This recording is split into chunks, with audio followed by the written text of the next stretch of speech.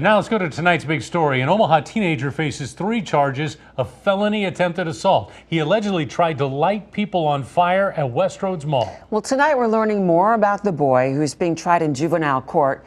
KETV Newswatch 7's Sarah Feely investigates the many attempts to get the boy help before this last incident. She joins us live. Because this boy is being tried in juvenile court, we are not identifying him. In court Monday, the state laid out its case for why the teen should be in protective custody. He's being held at the Douglas County Youth Center tonight. Omaha police say a woman walking to her car outside the Westroads in November 2022 is met by a young boy who sprays her with a liquid that smells like gasoline and tried to light a lighter. A report goes on to say the teen was unsuccessful, then turned his attention to another woman in a car with her infant, spraying her vehicle with flammable liquid.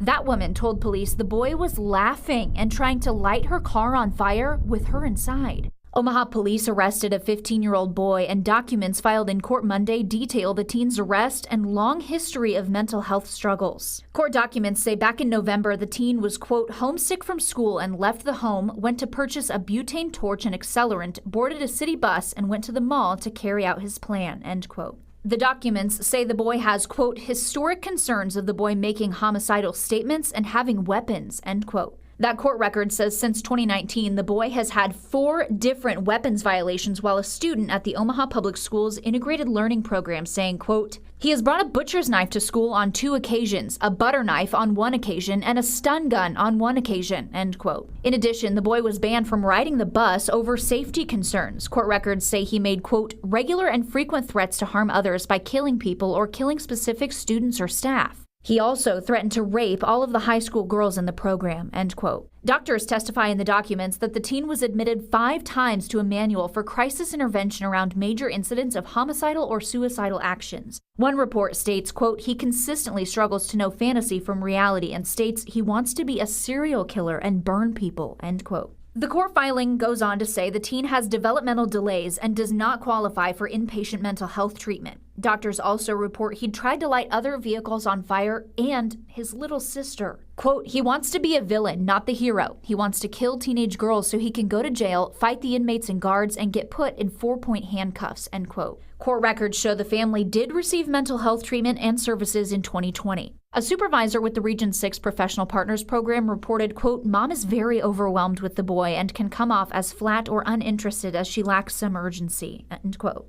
Police list several other incidents. He told police he, quote, wanted to commit mass murders like a serial killer off a movie, end quote. In August 2022, the boy called 911 stating he likes to kill people and feels homicidal. That court record details recommendations to put the teen in protective custody, saying, quote, he's a danger to himself and to others in the community.